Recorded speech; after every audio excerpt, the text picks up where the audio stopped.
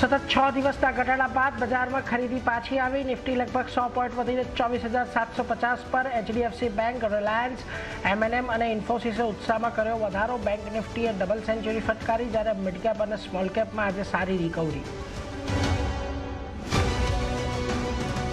FMCG બાદ કરતા તમામ બીએસસી ઇન્ડેક્સમાં આવી હરિયાળી. ડિફેન્સના નવા ઓર્ડર્સથી ડિફેન્સ ઇન્ડેક્સમાં 1.25% પાસેની તેજી. PSU bank, oil and gas, મેટલે પણ આપ્યો સાથ. અહીં પણ જોવા મળી 1%થી વધુની ખરીદી.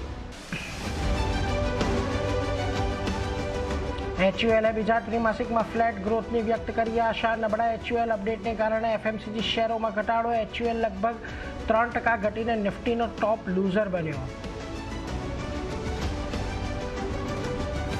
બીએલને ભારતીય સેના તરફથી 30,000 કરોડ રૂપિયાનો મોટો ઓર્ડર મળ્યો. એર ડિફેન્સ, મિસાઇલ સિસ્ટમ અને શસ્ત્ર સપ્લાય કરશે કંપની, જેના કારણે શેરમાં આવ્યો 2% સુધીનો ઉછાળો. નિફ્ટીના ટોપ ગેનર બન્યો. ડિફેન્સ સેક્ટરે પણ પકડી ગતિ.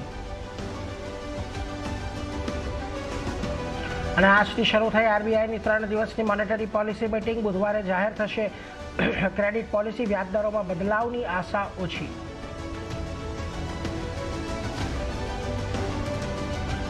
અને આજે ગુજરાતના 4 જિલ્લામાં રેડ એલર્ટ. દ્વારકા, પોરબંદર, જૂનાગઢ અને ગીર સોમનાથમાં પડી શકે છે ધોધમાર વરસાદ. 4 જિલ્લામાં ઓરેન્જ એલર્ટ તો 7 જિલ્લામાં વરસાદનું યલો એલર્ટ.